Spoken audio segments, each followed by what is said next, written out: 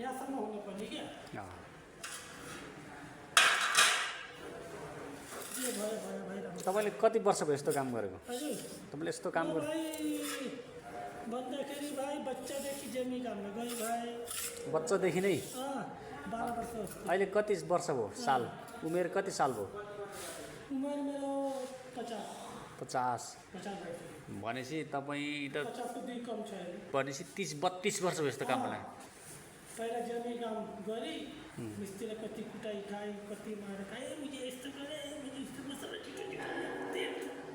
भनेपछि मिस्त्री भएपछि तलको लेबरलाई चाहिँ पेलिहाल्ने होइन? अहिले राम्रो के भाइ सबै मान्छे अब मिस्त्रीलाई सामान दिएको फटाफट छिटो काम हुन्छ भित्र साउहरू काम खोज्छ क्या हो कि जमी छिटो नदियो भने मिस्त्री काम कसरी गर्छ?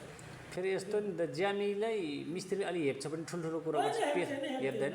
सामान दिनु पऱ्यो काम गर्नु पऱ्यो अब ठेकेदार काममा गयो भने यति काम गर्नै पऱ्यो अब जमी ढिलो गऱ्यो भने अब काम हुन्छ जमीलाई गल्ती हुन्छ मिस्त्रीलाई बजेट तिम्रो काम भयो यति तपाईँ पनि साउ भयो भने मिस्त्री तपाईँको यति काम भयो जमी छिटो छिटो दिए पो काम हुन्छ हो कि होइन?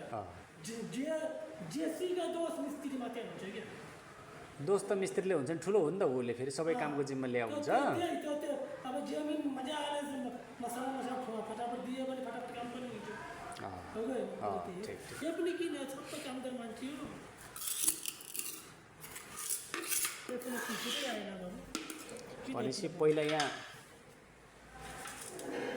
जम्मै अलि राम्रोसँग नबनाएर बिगार राखेको थियो बिगारेको थियो। अब अहिले सेटिङ मिल्यो ठिक्क राम्रो भयो नि, खुट्टा अड्किँदैन, मान्छे लड्दैन।